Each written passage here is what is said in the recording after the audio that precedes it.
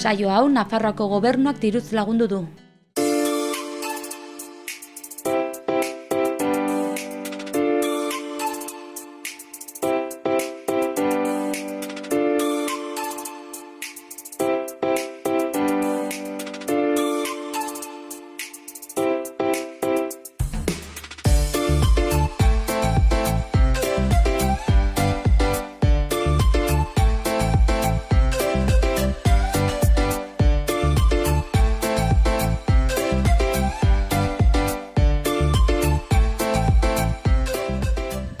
Gaurkoan, Larrau portura hurbildu gara.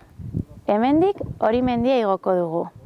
Hori mendia, mendebaldetik hasita 2000 metro baino gehiago dituen Pirinioetako lehen tontorra da. Zuberoa eta Nafarroa aldean kokatzen da. Hemendik 6 kilometroko ibilbidea daukagu. Guztira 500 metroko desnibel positiboa izanik. Gaurko eguraldia ikusten duzuen ez bezala eguzkitsu. Dena den, iparraldea lainopean daukagu. Hemendik Larrau portutik hasiko dugu gure ibilbidea. Bagoaz.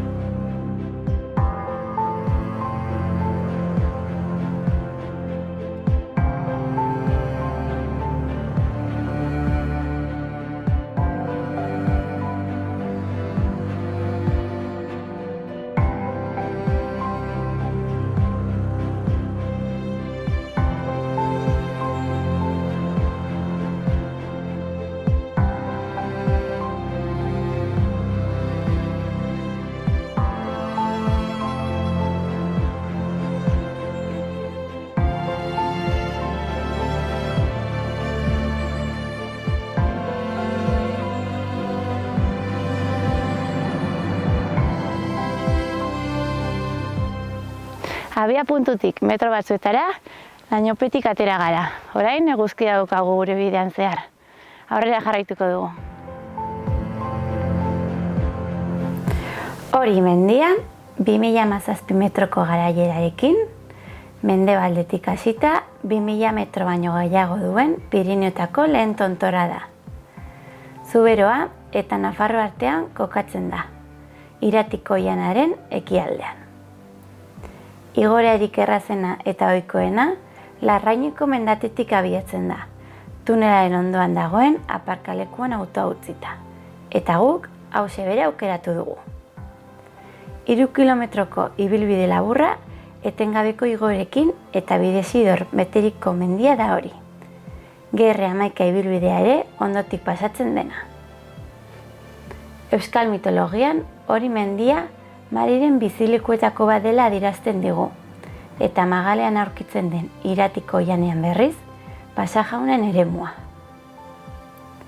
Tontorretik, Euskal Pirineoak eta Zaraitzuko ibarra, zein atarratzeko eremuetaz disfrutatzeko aukera daukagu. Zuhaitzik gabeko ibilbidea eder eta labur bat da, non euskal esareak dioten bezala, horiko txoria, hori iratiraga dugun.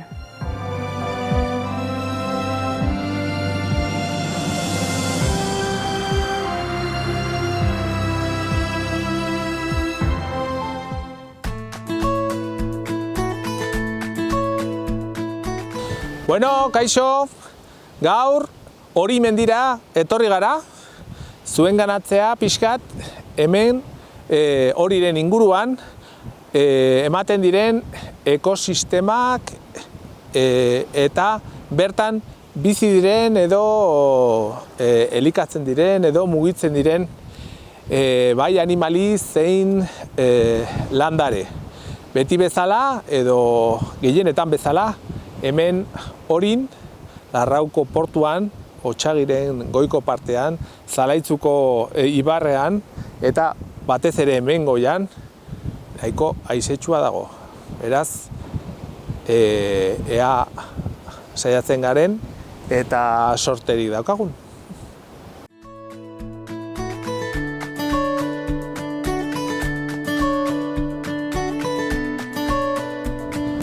Bueno, horiren pean, edo horipean, badaukagu sekulako baso bat. bada Abodiko oiana edo Abodiko basoa, eta izei, pinugorri eta pagoez osaturiko baso itzela da. Hementxe forma berezia dauka eta bere gainean hori mendia ikusgai daukagu. Gaur pixkat odeitsua, baina dagoen haizearekin odeia joan eta etorri egiten dute, segurazki aukera emango digutela pixkat haren tontorra ikusteko. Imaginatzen dut enarari ere haizeak uda edo lana emango ziola pixkat haren tontorra irabazteko. Hementxe bada hori haren ezaugarri bat, badela Kantauriaren aldeko 2000 metroko lehendabiziko mendi tontorra. Pixkat isolaturi dago eta izango litzateke Pirinioen mendi tontorren entitateko lehendabiziko mendi tontorra.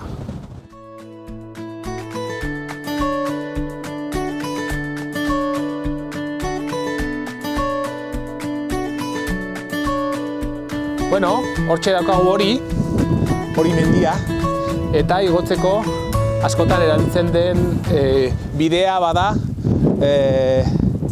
ladera erdiko bidezka, eta gero pixkat palatik edo krestatik gora egiten ohi da. Askotan hemen ipar haizeak gehienetan gogor jotzen du, eta gomenigarria da pixkat batez ere elurra edo izozte garaian kontu handirekin ibiltzea, ze baizotzak denbora desente irauten du mendi hontan. Gainera, gaur bezala, askotan Kantauriko haizea dela medio edo Pirinioetako ekaitzak direla medio, suertatzen dira behelaino desente, eta askotan oso bizkor mugitu egiten dira, eta ikus dezakezuen bezala iaia ez dago erreferentziarik. Belarra oso motza da, haizea jotzen duelako, eta abiltzentzearen lanarengatik ere.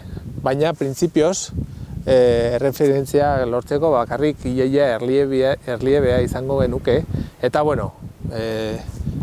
paseatzeko hortikan, magal horietatik, posible izango da ikustea batez ere txori txikiko tamainetako mendiko txoriak. Batez ere, haren tamainarengatik askotan altuera handiagoko eremuetan bizi diren hegaztiak hurbiltzen dira hori mendira. Beraz, leku aproposa da eta badirudi laino hori gehi ugaritzen ari dela, eta gero eta tontorra, gero eta ikustezina bihurtzen ari da. Beraz, ikusiko dugu aber.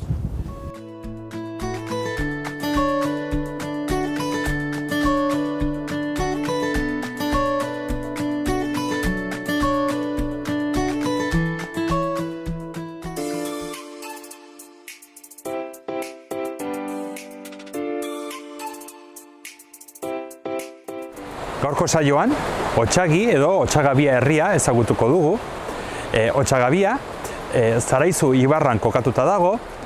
Zaraizu ibarraren herri handiena da, 581 biztanle ditu, eta berez hemendik oso gertu Nafarroako Pirinioetako mendi altuenak eta ospetsuenak aurkitzen ditugu.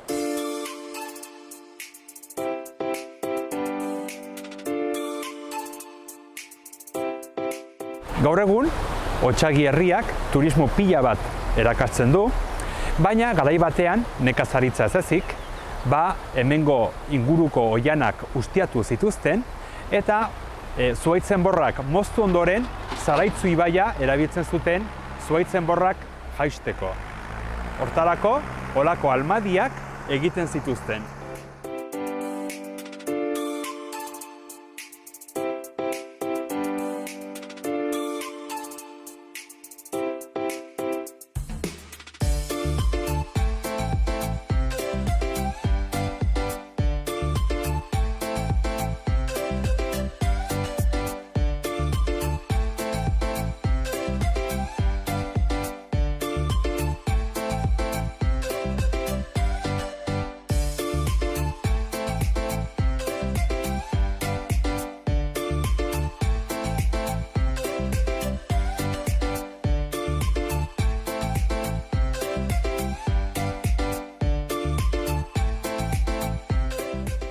Anduña ibaiak herria zeharkatzen du, eta berez hainbat zubi aurkitzen ditugu. Horietako bat, nire atzekaldean daukagun zubia, oraindik Erdi Aroko bi arkuak mantentzen ditu. Ibaiaren bi ertzeetan hainbat etxe ikusten ditugu, eta etxe hauek oraindik ere erakusten digute bertako arkitektura ederra.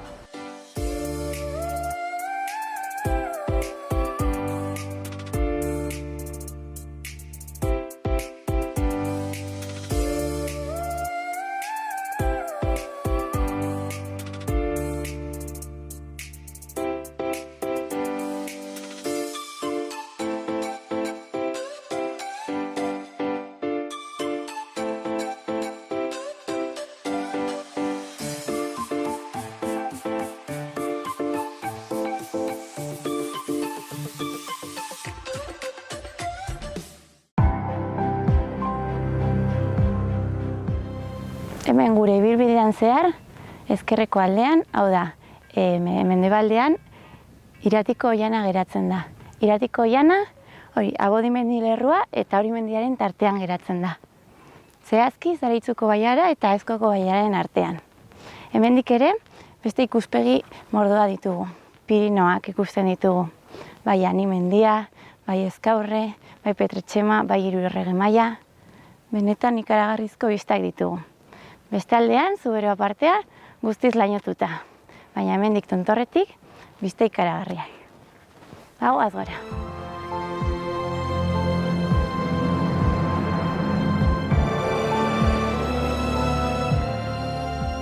Ia kilometro bat eginda, hori txipia den mendi lepora iritsiko gara. Hemendik oraindik 2 kilometro geratzen zaizkigu hori tontorrera. Goaz poliki-poliki.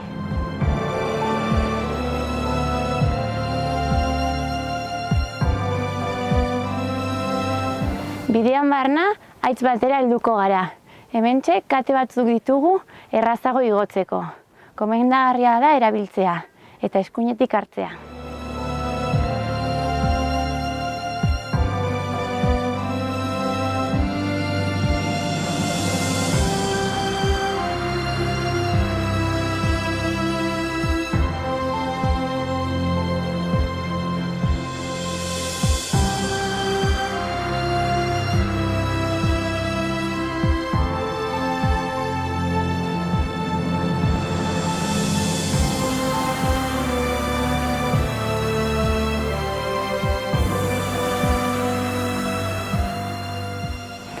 Ibilbide erdira iritsi gara, eta hemen bidegurutze bat aurkituko dugu.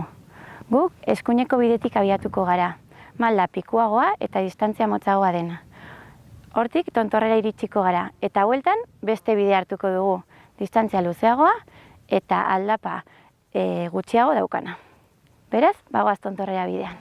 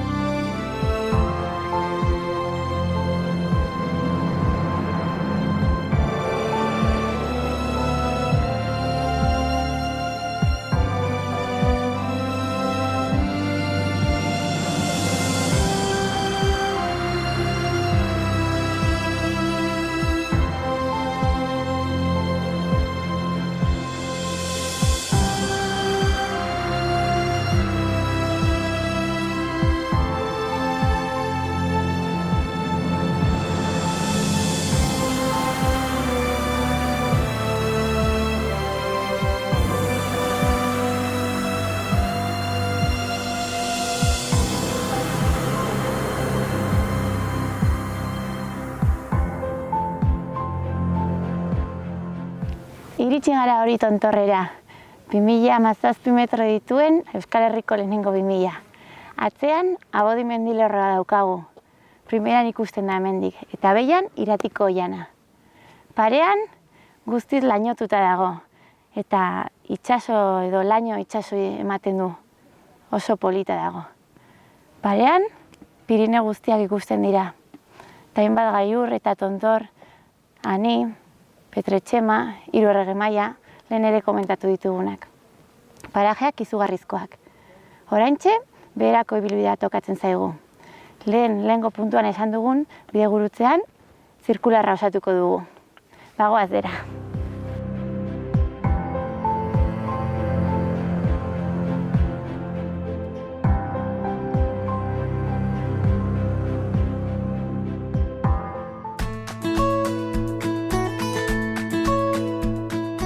Esan bezala, mendi bakoitzak badu bere aukerak eta baditu bere mikroekosistemak, orientazioen arabera, altueraren arabera eta zoruaren arabera. Askotan, landarediak behar ditu ezaugarri horik nahaztu eta orduan espezie batzuk edo beste batzuk okupatzen dituzte leku batzuk. Esaterako, hemendikan fijatzen bagara, Pirineoetako beste eremuetan pinuak ikusi ditugu adibidez. Hementxe begira ze nolako ale txikitxoa hazi bat honaino etorri zen eta hor garatzen ari da. Begira urteroko adarrak ze nolako luzera txikia duten, ze hementxe mugitzen den bezala haizea dihardu eta ezin da pixka gehiago garatu. Orduan egingo duena da zabaldu eta ez altueran, baizik eta txaparro moduan edo oso txiki garatuko da. Esatez, Pirineoetako beste leku batzuetan ere ikusi ditugu adibidez, esaterako eguzkiloreak, hemen dakagu ale txikitxo bat, eta hor goian baditugu eguzkitan eta gustora daudenak beste bi. Espezie berdina da, beste Pirineoetako leku batzuetan ikusi dugun moduan, baina esatez, hemen haizea jotzen du, izotza jotzen du, elurra jotzen du, eta, bueno, tamaina gutxiko garapena lortzen dute mikroekosistema honetan bizi ahal izatea eta garatzea. Beste adibide bat ikus dezakegu, adibidez begira. Hemen ditugu hirusta batzuk eta gure hirietako edo gure herrietako larreetako hirustak askotan handiagoak ikusten ditugu. Baina, behitu hauek zenolako ale txikitxoak diren. Gauza, arrazoia bera da. Natura, bai landaredia zein animaliak adaptatu egiten dira. Adaptatzen direnak bizitzen jarraitzen dute. Eta gen horiek, haien genetika aurrera eramaten dute. Adaptatu ezin direnak, desagertu egiten dira. Printzipioz, animalia edo espezie generalistak aukera gehiago dituzte. Espezifikazio gehiago dituzten animaliak edo landarek aldiz zailagoa izango dute.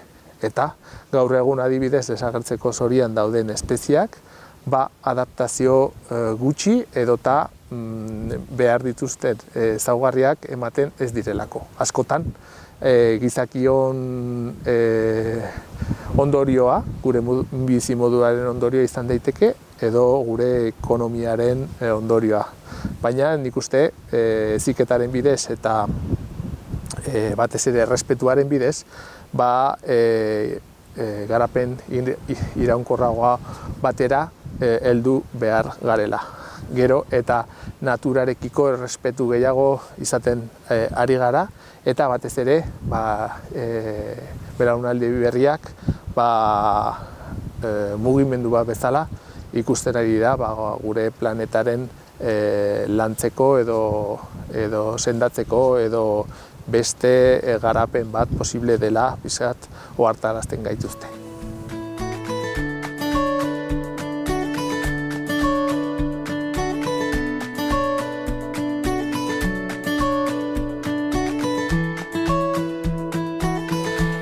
Gaur egiten duen haizearekin, hemen daude aterpe moduan horiko lekurik haize gutxien dagoen lekuan aurkitzen ditugu gure etxabereak. Paisaiaren ondorioa da haien lana.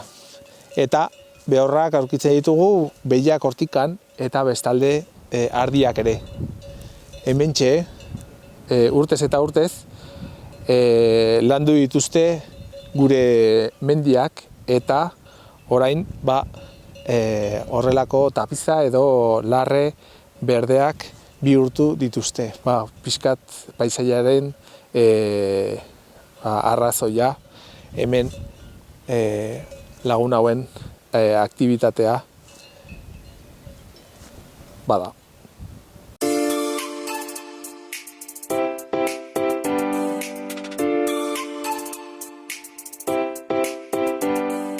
Oraintxe bertan, Otsagiko Natura Interpretazio Zentroan gaude, hemen bertan baita dago turismo bulegoa, eta hemen dugu Rakel Soko, Otsagikoa, eta hemen lan egiten duzu, ezta? Bai, egun hon.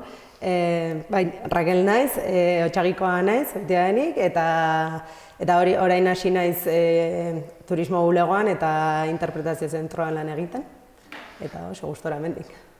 Gainera, hemen, ematen dituzuen informazioen artean, ez da bakarrik Otsagiko herria, baizik eta baita ere inguruko herrietako informazioa, eta baita ere jakinda zenolako natur ondarea daukagun, hemengo mendiak eta zenolako turismoa erakartzen duen, baita informazio guzti hori ere ematen duzu, ezta? Bai, hemen egia da, turismo asko daukagula eta pixka bat gainera handitzen doa turismo hau, ez?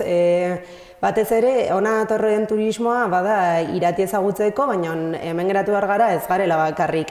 Iratira sartzeko bi leku dauzkagula hegoaldetik, orduan hemen beti ematen dugun informazioa da kontutan hartuta 3 bailara bezala garela, ez? Aezkoa alde batetik, gero erdian izango zen Zaraitzu, eta gero Erronkari barra baita ere. Orduan pixka bat, nola antolatu aste bat edo egun batzuk hemendik ikusteko eta guzti hau ikusteko, azkenean bagarela ekialdeko Pirineoa partea, ez? Eta pixka bat guztiok egon bar garela elkarlanean, Pirineoa sustatu behar dugu, orduan irati hor egon da, bai reklamo bat bezala pixka bat hartu, baina baita ere beste gauza batzuk sustatu ez garela bakarrik iratin geratzen, eta importantea dela baita ere beste lekuak oso politak direnak baita ere sustatzea. Otsagi izanen zen, hemen zonaldeko herri handiena edo handinetako bat. Bai, Zaraitzu ibarrean, bai Otsagi dela herririk handiena, ez da kapital administratiboa horregatik, ezkaroze da, ondoko herria, baina, bai, herririk handiena Otsagi da. Baina, hemendik bai jendeak igual Otsagira datorren da bizi, baina baita ere animatze ditugu Ibarreko beste herriak bisitatzera, zen ez da txikiago izan da, baita ere bakoitzak bere xarma dauka ikusteko. Zuk lehen aipatu duzun bezala, jende handitz etortzen da, adibidez, irati eta hemengo inguruko oianak eta mendiak ezagutzera, baina hemen Otsagin, eta ez Otsagin bakarrik, baizik eta beste herrietan ere, aurkitzen ditugun ondare arkitektonikoak eta artistikoak ere ikaragarri ederrak dira. Bai, adibidez, hemendik pixka bat kontatzearrenez, aezkoatik hasita, hor badauzkagu hondakin materialei buruz hitz egiten adibidez, Orbaizetako hola, oso importantea izan zen bere garaian, hemen baita ere batzeuz delako industria, ez bakarrik nekazaritzatik bizi zen leku batzen, baizik eta industria ere bat zegoen, eta gero hortik hasita aurkitu ditzazkegu herri guztietan elizak eta baselizak baita ere pila daude, eta gero patrimonio materiala eta inmateriala ere badaukagu, ez? Orduan pixka bat guzti hori ezagutzeko aezkoatik hasita Zaraitzu pasata eta Erronkariraino gauza desberdinak ikusi ditzazkegu. Baita ere batzutan, hemendik jende askok iparralderuntz baita ere pasatzen da. Iparraldetik baita ere ondoko bailarak, ez ditugunak, Zuberoa hor daukagu, pegatuta, orduan hortik baita ere Oltzarte ikuste adibidez badela zubi bat kolgantea hola oso ikaragarri dena ikusteko, eta gero baita ere Santan Grazin badauzkagu Kakuetako gargantak hori polita dela baita ere ikusteko. Orduan, pixkat, buelta eman guztiari ikusteko ze berdintasunak eta ezberdintasunak ditugun, ez? Eta hola ikusten da baita ere hori patrimonio material eta inmaterial hori baita ere. Gainera, turismo bulegoa eta natura interpretazio gunea hemen ibaiaren ertzean dago, eta hemen daukagu baita herriaren postala, ezta? Hemen ibaia herria zeharkatzen du, baitu gain bat zubi, eta batez ere ze etxe ederrak baitu zen hemen. Eskerrik asko. Hemen baiara guztian, saiatzen da pixka bat etxeen estruktura beti berdina izatea, azkenean konjuntoa pixka bat ez holan geratzeko pixka bat dena batera, ez? Hori konjunto horren itxura emateko, orduan, etxe guztiak, badira, Otxagin, 1784an etxe gehienak erri zituzten, frantsesak erri zituzten konbentzio gerran, eta hortik aurrera berriz ere egin zituzten, eraiki zituzten etxeak zeuden tokian. Baina pixka bat ezberdintasuna dago lehen zeuden etxeekin batera, baina bai saiatzen dela pixka bat hori estruktura hori mantentzea, ez? Eta pixka bat herri guztietan saiatzen da estruktura berdina izatea, ez? Pixka bat konjunto hori mantentzeko. Ez dituko aurkitzen olako pisu blokeak eta Ez, baten badago urbanizazioak eta oso gutxi saiatzen da, hori dena etxe pixka bat berdina izatea, hori baita ere herri hauek daukaten xarma da, ez? Orduan, pixka bat hori mantentzea eta gu hemen bizi garenok baita ere nahi dugulako gure herria politak egotea eta mantendutak egotea. Gero baita hemen, interpretazio gunean, solairuan, baitugu olako tresnak etnografikoak. Garai batean aski hemen bizimoduaneko gogorra zen, neguak oraingoak baino haize gogorragoak ere, eta jendea handitz behartuta zegoen hemendik ateratzera, bai artzainak batez ere, abeltzaintza traumantzia bat zegoen, edo badago oraindik ere, bardetara eramaten zituzten, edo eramaten dituzte oraindik ardiak, behiak eta bar, baita naski hemengo neskatilak ere iparralderantz joaten ziren, espartinak egitera, eta gaur egun berriz turismoa gero eta garrantzi gehiago dauka, ezta? Enpresak sortzen ari dira, naiz eta oraindik gazteak behartutak zaudete pixka bat, gutxienez denboraldi bat hemendik kanpo bizitzera. Azkenean lehen zegoen bizimodua, batez ere bat zegoen oinarrituta abeltzaintzan eta nekazaritzan, hemendik hauek izan dira oso herri potenteak horretan, edo baiara potenteak, eta hemen esan duzunez neguak oso gogorrak ziren, lurrez bete eta orduan bazeuden pixka bi aukera, edo izate animali guztiak sartutak ezagitzen bat hilabete barruan, edo bestela pixka bat hori emigratzea, eta transhumantzia horiek egitea orduan aukera zen, hori batez ere Erronkari eta Zaraitzu ibarretik jaisten ziren bardeetaraino transhumantzian. Hori kostatzen ditzaiela, lau edo bost edo ezagitzen bat egun, hor joaten ziren ardiekin, gaina horrek ere ez dira gaur egungo kondizioetan, ez da ere, borki joaten ziren ezakit, ardi askoz gehiagorekin, ibiltzen hor janari justarekin, lo egiten altzuten lekuetan, eta iristen ziren, negua pasatzen zutenan, eta gero berriz ere uda partera bueltatzen ziren berriz ona. Egidez aizkoakoak transhumantzia ere egiten zuten, batzuk ere bardeetara jaisten ziren, baina asko gehiago joaten ziren iparralderuntz, eta bakigu adibidez landetaraino baita ere iristen zirela ardiekin, eta hola. Orduan, alde horretik, gogorragoa, gero hemen geratzen zen jendea baita ere, batez ere emakumeak baita ere emakumeak mantendu hartzuten, etxea, gero umeak baita ere, eta Eta, bueno, etxeko gazteenak, neska gazteenak, baita ere, esan duzun bezala, enarak deitzen zirenak, horiek baita ere maulera joaten ziren espartinak egitera. Orduan, espartinen fabriketan egiten zuten lan, eta gero berriz ere, bueltatu, pasa hartzituzten, hori, oinez joan behar ziren mauleraino, gero bueltatu, batzutan elurrarekin, batzutan ailegatu, batzutan ezin ailegatu. Orduan, bueno, bat ziren, denbora gogorrak, oso lanpila egiten zuten, eta gogorrak ziren kondizioak egiteko. Gaur egun, hori aldatu da. Nahiz eta oraindik badago jendea nekazaritzan, asko gutxitu da, eta transhumantzia esan duzu bezala, oraindik mantentzea batzu jeiste irabardeetara oraindik, asko gutxiago dira, orain, eta jendearen aldetik, poblazioaren aldetik baita ere murriztu da. Saiatzen gara, gero eta jende gehiago etortzea, baina esate duzun bezala, batzutan behartuta gaude pixka bat jatera, eta baina, bueno, bueltatu nahi dugunok, edo argi daukaguna hemen bizi nahi dugula, bada saiatzea eta bueltatzea. Azkenean handik edo bestetik beti aurkitzen duzu zerbait.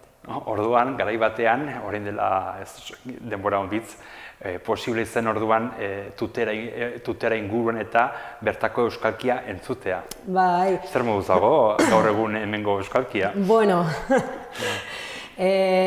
oso, galduta dago, bai egin diren lanak berreskuratzeko eta hola jende helduarekin izan zen hor generazio bat asko galdu zela, ez, Franco garaian eta guztia adibidez nire etxean, nire aitonak hitz egiten zuen zaraitzuera, baina gero bere seme alabei ez zien erakutsi pixka bat beldurroi horrekin, ez, bazegola dena bekatuta eta euskeraz baldin batzenekien, bazen pixka bat zaila, eta orduan, belaunaldi horiek galdu dute, orduan gu ikasi dugunok berriro, euskera batua ikasi dugu ikastoletan, eta orduan berreskuratzea hori eta gure artean hitz egitea, pixka bat zaila, saiatzen gara. Hitz batzuk sartzen gure egunerokotasunean, ez?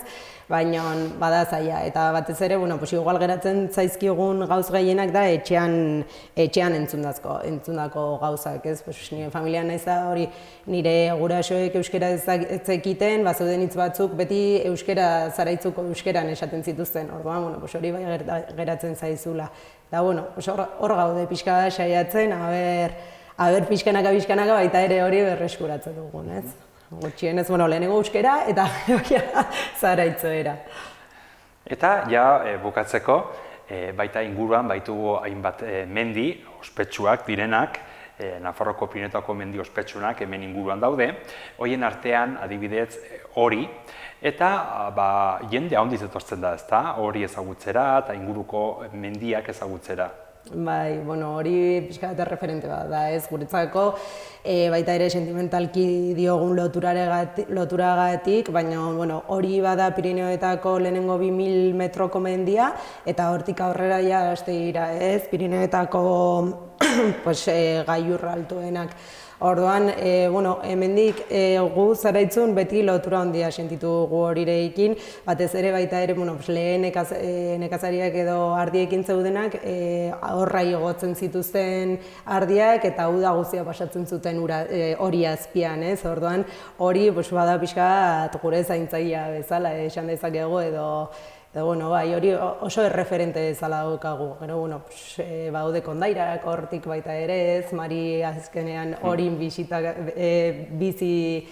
dela, eta batzutan horrek ezakit transhumantzia egiten duen edo zer, baina askotan kobatzuloetan Mari aurkitu ezakezula, edo izan ohi dela, eta orduan, badago hor sentimentalki lotura handia eta polita da, ez? Ni adibidez kanpora joaten naizenean, gero bailaran sartzen hasten zarenean, begiratzen duzu hori noiz aurkitzen duzu.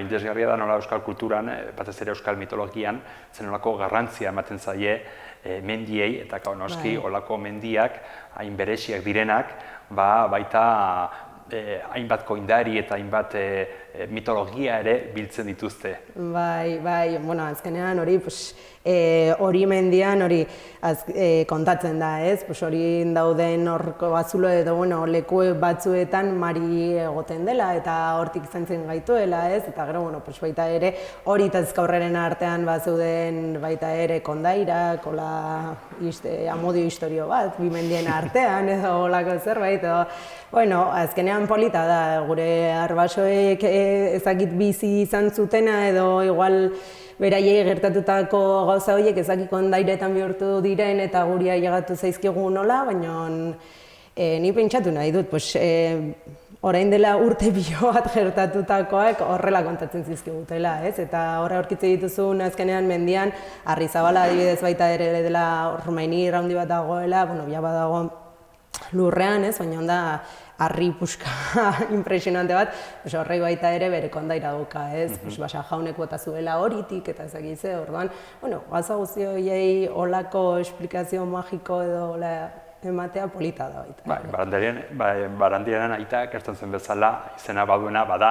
Hori da. Orduan, beti ere izanen du olako kutsu bat, ez? Erreala edo errealismo magikoa. Hori da, eta azkenean, historia guzti hauek, ez? Kontu bezala edo kondaira bezala kontatzen balin badira, azkenean hor baitugu eta ez dira galtzen, erretxago baita ere da pasatzea aurrengoei, eta hor dauzkagu, kondaira horiek gartxot bardoarena gure baita ere hemen ondoko itzaltzun, eta kondaira politik dira hor daudenak. Eta gainera, hemendik ez sobera urrun, baita daukazue Muskilda.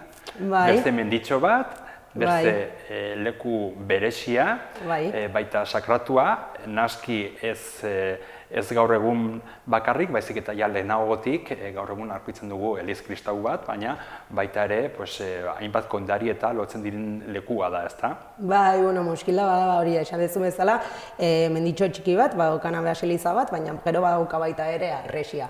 Orduan, horren inguruan baita ere kondaira asko daude eta baita ere Ama Birjina nola agertu zen eta hori hartzai bati nola agertu zitzaion eta ego zuen eta azkenean badira leku batzuk gero hori Baseliza jarritakoak ez edo ez, baina badira leku politak eta batez ere paisajea ikusiz, ja ulertze dezu zergatik aukeratu zuten leku hori ez, gauza bat edo bestea jartzeko, baita ere hori leku magikoak edo xarma handia daukaten lekuak dira, orduan politak dira eta hor dauzkagu baita ere, pixka bat baiara zaintzen, baita ere, gaur egun Baseliza bezala edo beste egun batean ezakigu ze bezala, baina eta gero dantzariak eta erromeria eta nola egiten urtero ospatzen dire eta horrela. Iraian 8an egita erromeria eta dantzariak hori gotze dira dantzatzen eta horre elkartzen dira denok, eta gero beste Bailarako herriak baita ere erromeria ezberdinak dituzte eta Bailarako jendeak egotzen da eta elkartzeko toki bat da baita ere gaur egun. Mila esker, Rakel. Mila esker zuei. Orduan herria ezagutzen jarraituko dugu, eta orduan mila esker zure azalpenengatik eta mila esker gauz guztiengatik. Mila esker zuei eta hemen gaude, nahizuzen erako, bale? Ados, beste bat arte. Eskerrik asko. Aio. Agur.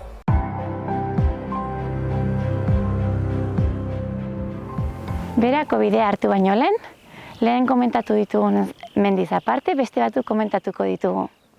Hemendik, Elomendi mendia ikusi dezakegu, Iruña ondoan egon arren, Izaga, Arangoiti bere antenekin, egia esan bista ederrak ditugu hemendikan.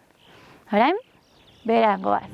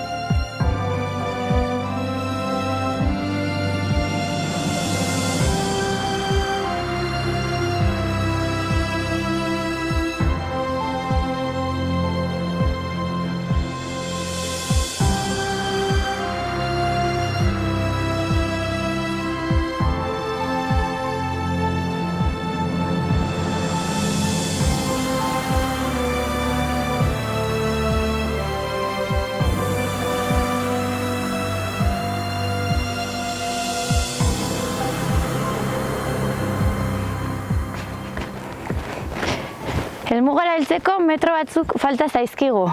Eta ikusten duzuen berriro lainopean sartuko gara. Ikaragarria da nola mendi honek iparraldean laino guztia uzten duen eta ez duen uzten pasatzen beste aldera. Gure helmugara goaz berriro.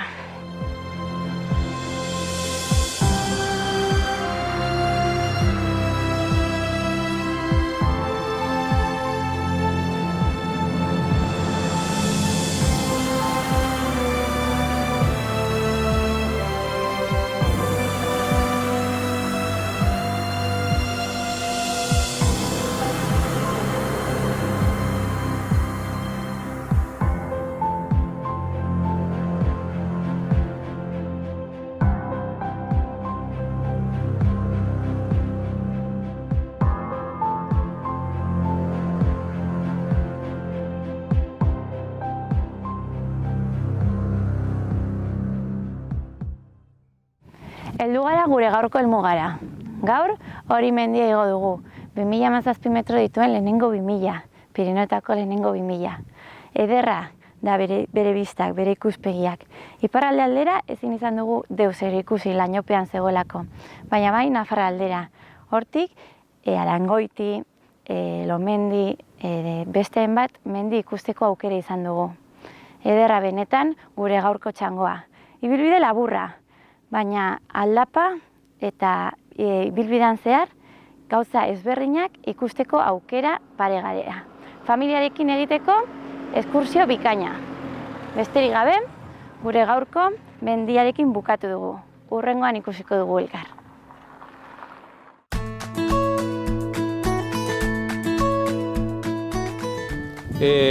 Horira igotzeko aukera, askotan, segurazki gauza polit bat eta gure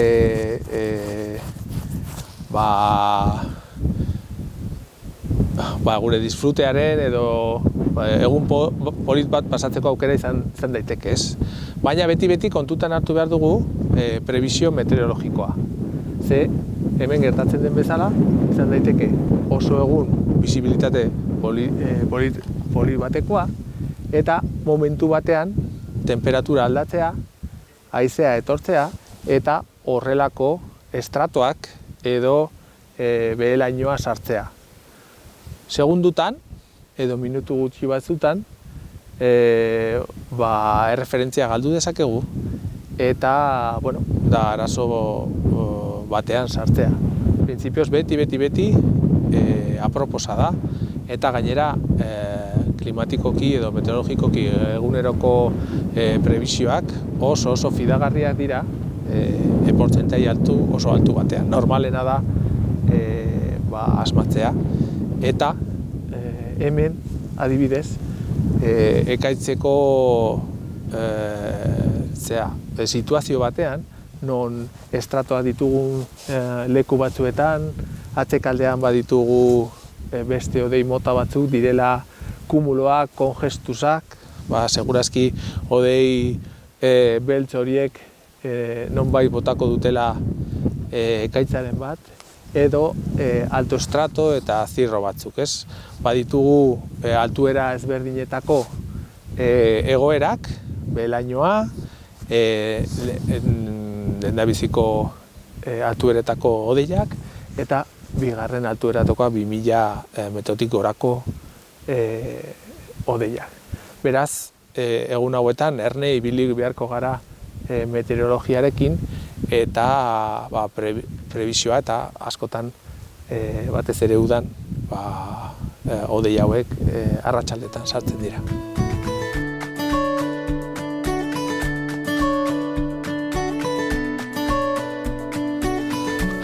Azkenik eguraldia hoberuntz joan da eta sortea izan dugu eta horiren punta, tontorra ikusteko aukera dugu.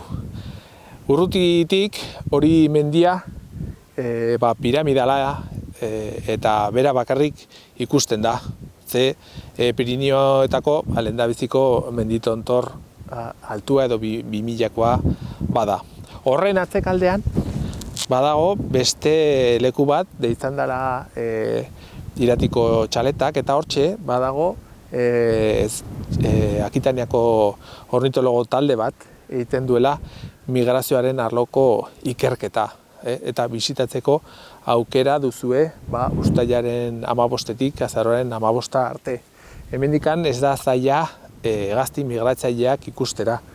Orain, udaren bukaeran eta udazkenaren hasieran oso sasoi honean gaude hegazti migratzaileak ikusteko. Berehala usoak pasatzen hasiko dira, eta hemendik adibidez ez da zaila ikustea, hortik pasatzen dira bi belabeltz adibidez, entzuten dira negu txirtak hemen ditugula, eta apurka-apurka gure pagadiak, bai abodi, bai irati, apurka-apurka horitzen eta gorrizten hasiko dira. Hemen ere, garapenaren arloan, berritzen ari dira abodiko zentrua, gero neguan iparreskia egin ahal izateko berriz ere. Eta hauxe da pixkat gaurko saioan auriren inguruko ekosistemak, landaredia eta animalien arloko saioa. Espero dugu gustatu izana eta egun eguzkitsu honekin uzten zaituztegu hurrengo saio baterarte. Mila esker eta ongi bizi.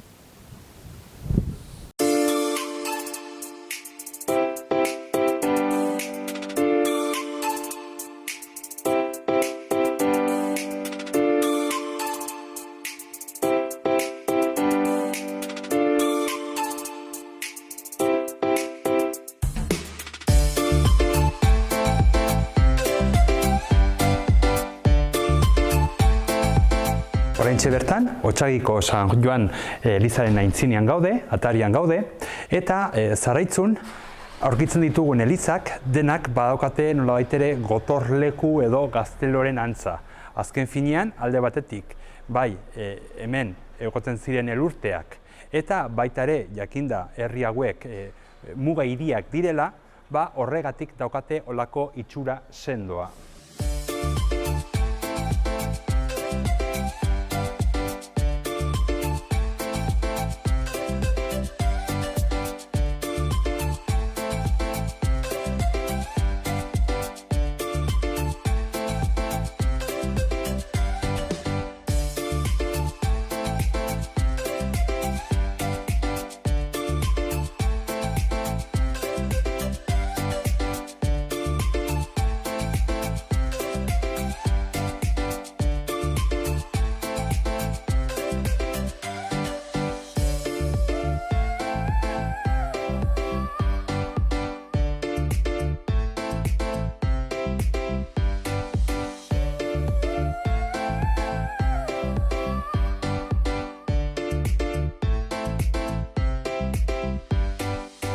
Eta hementxe, Otsagiko herrian, bukatzen dugu gaurko saioa. Beste bat arte.